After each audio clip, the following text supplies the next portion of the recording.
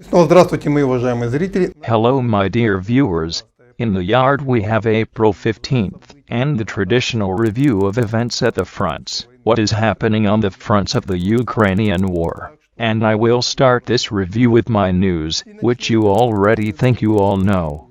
The cruiser, Moscow, sank while being towed to Sevastopol.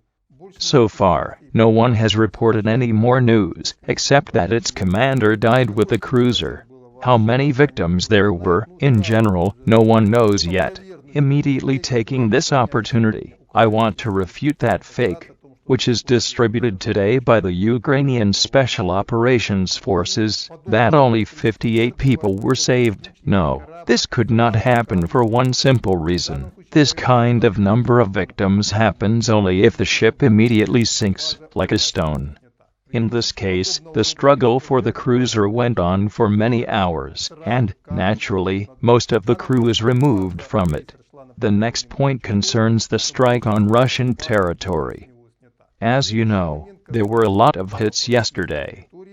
Today everything has changed dramatically, because at night, Moscow delivered that promised strike in retaliation to Kiev, and further said that if Kiev did not come down, then attacks on the Ukrainian capital would resume with increasing intensity. And it is very likely that Kiev understood this threat quite correctly.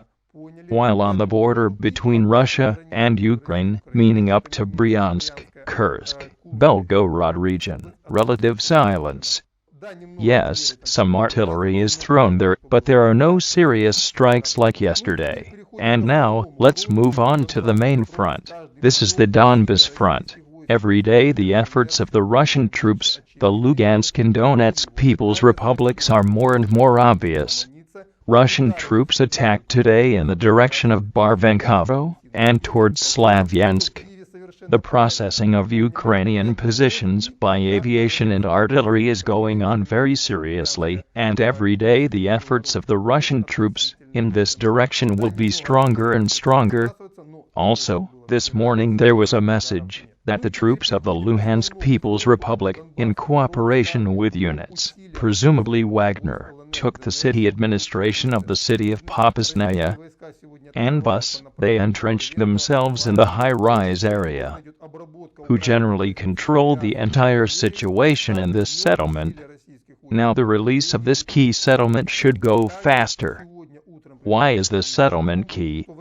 Because, without taking Popasnaya, it is impossible to go further to storm Lysychansk, or cut off this triangle, Lysychansk, Rubizhne, Severodonetsk, from the rest of the grouping of Ukrainian troops.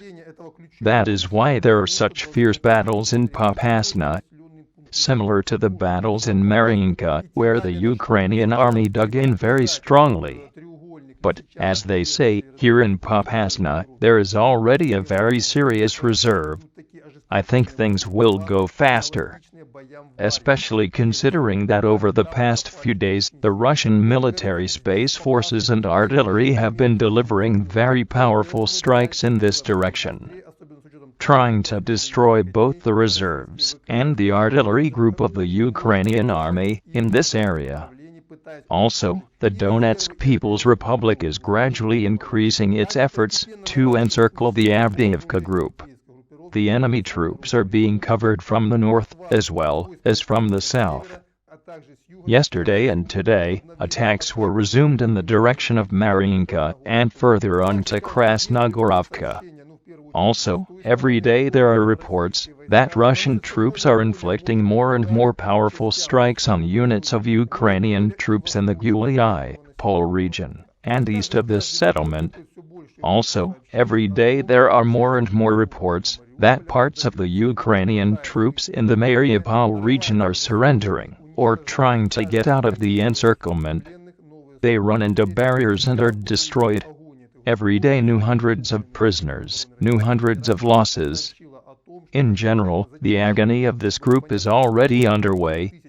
This morning, the Ministry of Defense of the Russian Federation announced that it had been finally cleared. It was clear that after 1,000 Marines surrendered in the area of the Ilyich plant, now this grouping is completely destroyed. Also this afternoon, a grouping, which is trapped in the coastal region, tried to break through with a fight. There, too, everything is very, very bad for her, because now they are already knocking her out of the high-rise area. And when parts of the Donetsk People's Republic and the Russian armed forces drive them out of the high-rise area, it will be impossible to stay in this area any longer. It is with this, probably, that the attempt to get out of the environment is connected. I think, given that this attempt was unsuccessful, and the column was destroyed, we should expect that the seaside region will be declared liberated from the Ukrainian army tomorrow. Thus, only Azovstal will remain. Thus, the agony of Mariupol is already a foregone conclusion and inevitable. Also, every day more and more new messages come that the Nikolaev governor Kim, no one, as they say, is going anywhere, not going to any Kherson. On the contrary, the pressure of the Russian troops on the Nikolaevsky garrison is getting stronger and stronger every day. Its rear areas are being destroyed, an artillery group is being destroyed, fuel and lubricants and ammunition depots are being destroyed, and Russian troops are clearing the rear. Yesterday the city of Alyashki was taken under full control, and today the city of Skadovsk. That is, gradually those cities that the Russian troops, due to the fact that previously they did not have enough strength, did not take control, are now doing this, thus easing the situation. I think that in the near future this will also affect the front. This is how the situation looks like now. April 15, 2020 on the Ukrainian fronts. On this topic for now. The next issue is due out tomorrow morning. Goodbye. И завтра утром. До свидания.